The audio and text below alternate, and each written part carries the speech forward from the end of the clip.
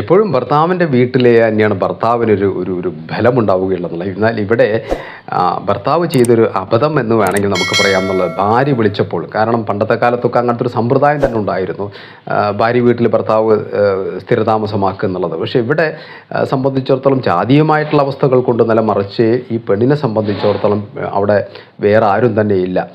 അതുകൊണ്ട് തന്നെ ഇഷ്ടം പോലെ സ്വത്തുമുണ്ട്. അതുകൊണ്ട് ഭർത്താവ് കുറ്റിയും പറിച്ച് സ്വന്തം വീട്ടിൽ നിന്ന് ഇവിടെ പെണ്ണിൻ്റെ വീട്ടിൽ താമസമാക്കി എന്നുള്ളത്. പക്ഷേ ആദ്യമൊക്കെ പറഞ്ഞ് ചേട്ടാ ഇങ്ങോട്ട് പോകുന്നതോടെ നമുക്കിവിടെ താമസിക്കാം, സുഖമായിട്ട് താമസിക്കും, ഇവിടെ ആരും തന്നെ ഇല്ലല്ലോ. ഭാര്യ വളരെ സ്നേഹത്തോടു കൂടി വളരെ ഭംഗിയാ വാക്കൊക്കെ വെച്ചുകൊണ്ട് തന്നെ ഭർത്താവിനെ സ്വീകരിച്ചു, ഈ വീട്ടിൽ താമസമായി എന്നുള്ളതാണ്. പക്ഷേ ഇവിടെ കുറച്ച് കാലം കഴിഞ്ഞപ്പോൾ എന്ന് പറഞ്ഞാൽ 1-2 വർഷങ്ങൾ കഴിഞ്ഞപ്പോൾ പെണ്ണിൻ്റെ സ്വഭാവം കാണിച്ചു എന്നുള്ളതാണ്. ഭർത്താവിന് പതുക്കെ തഴയാൻ തുടങ്ങി, വിലയില്ലാത്തൊരവസ്ഥയിലേക്ക് കൊണ്ടുപോയി സംസാരിക്കുകയും പെരുമാറുകയും ചെയ്യാൻ തുടങ്ങിയപ്പോഴാണ് ഭർത്താവിന് കാര്യം മനസ്സിലായി. ഇനി തിരിച്ചു പോകാൻ പറ്റുമോ, ഇല്ലാത്തൊരവസ്ഥ, തിരിച്ചു വീട്ടിലേക്ക് തന്നെ പോകാൻ പറ്റാതെ പലപ്പോഴും അദ്ദേഹം ശ്രമിച്ചിട്ടുണ്ടെന്ന് പറയണത്. ഇനി മതി, പെണ്ണിൻ്റെ വീട്ടിൽ താമസം മതി, തൻ്റെ വീട്ടിൽ തന്നെ താമസിക്കാം. പക്ഷെ അവിടെ നിന്നെല്ലാം കുറ്റിയൊക്കെ പറിച്ചിങ്ങോട്ട് പോകുന്നത് കൊണ്ട് തന്നെ ഇനി തിരിച്ചു പോകാനൊരു ഒരു ഒരു നാണം.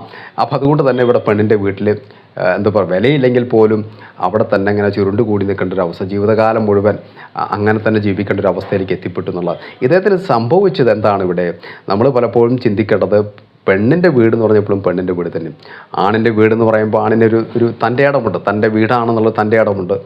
എല്ലാവർക്കും അങ്ങനെ ഉണ്ടായിക്കൊള്ളണമെന്നല്ല ഞാൻ പറയുന്നത്. പ്രത്യേകിച്ച് പെണ്ണ് അങ്ങനത്തെ ആയതുകൊണ്ട് കൂടിയാണ് കേട്ടോ. അതും കൂടി നമ്മൾ ശ്രദ്ധിക്കേണ്ട ഒരു കാര്യമുണ്ട്. കാരണം ഈ പെണ്ണിനെ സംബന്ധിച്ചിടത്തോളം ആണിന് വില കൽപ്പിക്കാത്ത, ചെറുപ്രായത്തിൽ പെൺകുട്ടിയെ സംബന്ധിച്ചിടത്തോളം വളരെയധികം ആണിൻ്റെ തരത്തിലുള്ള സ്വഭാവങ്ങൾ കാണിക്കുന്ന, അത്രമാത്രം ഡോമിനേറ്റ് ചെയ്യുന്ന, മേധാവിത്വം കാണിക്കുന്ന ഒരു പെണ്ണാണെന്നാണ് ആ നാട്ടുകാരൊക്കെ തന്നെ പറയുന്നത്.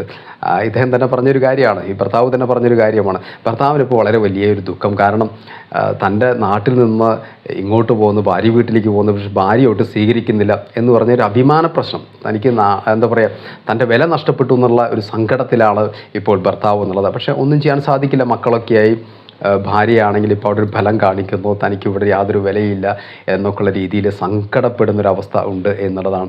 അപ്പോൾ ഇവിടെ ഇദ്ദേഹം ചെയ്ത അബദ്ധം തന്നെയാണ് ഇതിലേക്ക് നയിച്ചത്.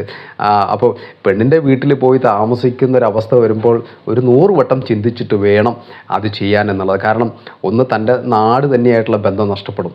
രണ്ടാമത് പറയുന്നത്, ഒരുപക്ഷെ ഒരു 2ാം പൗരനായി അല്ലെങ്കിൽ ഒരു വിലയില്ലാത്തൊരു വ്യക്തിയായിട്ട് ഒരുപക്ഷെ മാറാൻ സാധ്യതയുണ്ട്. പ്രത്യേകിച്ച് പെണ്ണുങ്ങൾ എന്ന് പറഞ്ഞു കഴിഞ്ഞാൽ ഭാര്യയുടെ ഭാഗത്തു നിന്ന് അത്തരത്തിലുള്ള പെരുമാറ്റം കൂടി ഉണ്ടെങ്കിൽ തീർച്ചയായിട്ടും അത് ചിന്തിക്കേണ്ട ഒരു കാര്യം തന്നെ, ഭാവിയിൽ അങ്ങനെ സംഭവിക്കുമോ എന്നുള്ളത്. അപ്പോൾ പെണ്ണിൻ്റെ വീട്ടിൽ താമസിക്കാൻ ഒരുമ്പെടുമ്പോൾ തന്നെ ഒരു 100 വട്ടം ചിന്തിച്ചിട്ട് വേണം അതിലേക്ക് പ്രവേശിക്കാൻ എന്നുള്ളത്. ഫ്രണ്ട്സ്, ഞാൻ എൻ്റെ വാക്കുകൾ ചുരുക്കുകയാണ്. അടുത്ത പോലത്തെ വീഡിയോയുമായി നമുക്ക് വീണ്ടും കാണാം. Thank you.